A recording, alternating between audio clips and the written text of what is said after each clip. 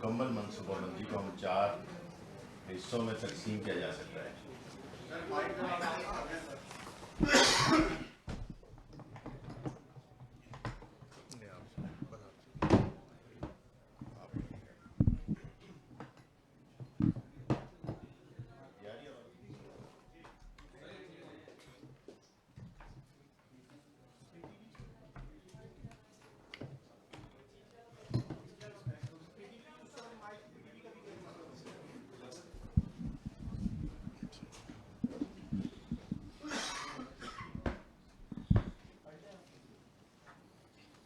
ٹھیک ہے، اس دہشت گردانہ حملے کی منصوبہ بندی کو 4 حصوں میں تقسیم کیا جا سکتا ہے۔ سب سے پہلے افغانستان کے اندر منصوبہ بندی اور دہشت گردوں کی ٹریننگ۔ دوسرے نمبر پہ 4 افغانی دہشت گرد گروہوں کو افغانستان سے کراچی پاکستان تک پہنچانا۔ تیسرے نمبر پہ کراچی سہولت کار گروپ کو چلانے کے لیے افغانستان سے پش پناہی اور آخری مراحل تک ان کو افغانستان سے انسٹرکشنز دینا، اور پھر آخر میں دہشت گردوں کو اسلحہ ایمونیشن اور خودکش جیکٹس کی فراہمی ہے۔ جیسا کہ آپ کو پتہ ہے کہ KTC دہشت گردانہ حملے میں 4 دہشت گرد ملوث تھے، جن میں جانان جو کہ خودکش بمبار تھا اور وہ افغانستان کے صوبے فرا کا رہائشی تھا۔ دوسرا بلال اور فادی، یہ آپ کو پیچھے بیک گراؤنڈ میں نظر بھی آ رہا ہوگا۔ سیکنڈ نمبر پہ بلال اور فادی جو کہ باجوڑ میں پیدا ہوا اور بعد میں افغانستان کے صوبہ قندھار میں جا کے سیٹل ہو گیا۔ تیسرا عمر فاروق جو کہ مارا گیا ہے اسی کارروائی کے دوران، افغانستان کے صوبے کنڑ کا رہائشی تھا۔ اور چوتھا عثمان شیر محمد جو کہ زخمی حالت میں زندہ گرفتار ہوا دہشت گرد، وہ صوبہ ننگرہار سے اس کا تعلق تھا اور اب اس وقت مقامی اسپتال میں زیر علاج ہے۔ حملے کی تمام منصوبہ بندی افغانستان کی سرزمین پر کی گئی۔ حملے کی منصوبہ بندی کرنے والوں میں خارجی نور ولی جو کہ بھارتی پراکسی فتنۃ الخوارج تحریک طالبان پاکستان کا سربراہ ہے، شامل تھا اس کے اندر۔ اس کے علاوہ خارجی شیر علی عرف مخلص یار، خارجی سعید شاہ جو کہ بھارتی پراکسی فتنۃ الخوارج تحریک طالبان پاکستان کے شورا کا ممبر ہے۔ ان منصوبہ بندوں نے تمام معلومات خارجی بصیر عرف احرار ملا جو کہ بھارتی پراکسی جماعت الاحرار کا اشتہادی امیر ہے کو مہیا کی۔ خارجی نور ولی اور خارجی مخلص یار اور خارجی شہید شاہ نے جو کراچی اس حملے کا ماسٹر مائنڈ تھا، قاری بشیر عرف قاری حبیب کو پاکستان سے افغانستان بلوایا اور کراچی میں دہشت گردانہ حملے کی ذمہ داری سونپی۔ قاری بشیر جو کراچی میں اس حملے کا ماسٹر مائنڈ تھا، اس کو رینجرز نے حملے کے بعد ایک کارروائی کے دوران گرفتار کر لیا۔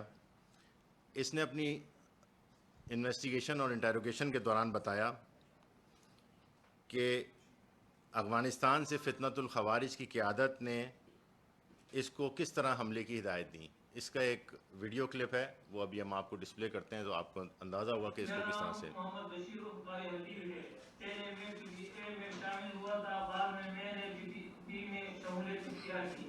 10 سے 12 مرتبہ افغانستان جا چکا ہوں۔ 2025 میں واپس کراچی آیا۔ 2024 میں ٹانگ چلائیا TTP کے کمانڈر نجیب سے میری ملاقات ہوئی۔ انہوں نے مجھے افغانستان کے لیے کہا کہ آپ افغانستان چلے جاؤ۔ میں افغانستان گیا اور افغانستان میں سعید شاہ سے ملاقات کی۔ میں نے سعید شاہ سے جب میری ملاقات ہوئی تو سعید شاہ نے مجھے نور ولی محسود سے ملایا اور اس کے ساتھ مخلص یار بھی تھے، دونوں سے ملایا۔ وہاں پر ہم نے بات چیت کی۔ انہوں نے مجھے کراچی میں پولیس آرمی رینجر پوسٹ کی خلاف کارروائی کے لیے ٹاسک بھی دیا۔ آپ نے دیکھا کہ کس طرح انڈین پراکسی فتنۃ الخوارج تحریک طالبان پاکستان اور جماعت الاحرار کی خارجہ قیادت نے افغانستان کے اندر سے دہشت گردانہ حملے کی مکمل تشکیل اور منصوبہ بندی کی اور خارجی بشیر کو ہدایتیں جاری کریں۔ اب میں آپ کو بتاؤں گا کہ اس تشکیل کا چناؤ اور ان کی تربیت کہاں پہ ہوئی۔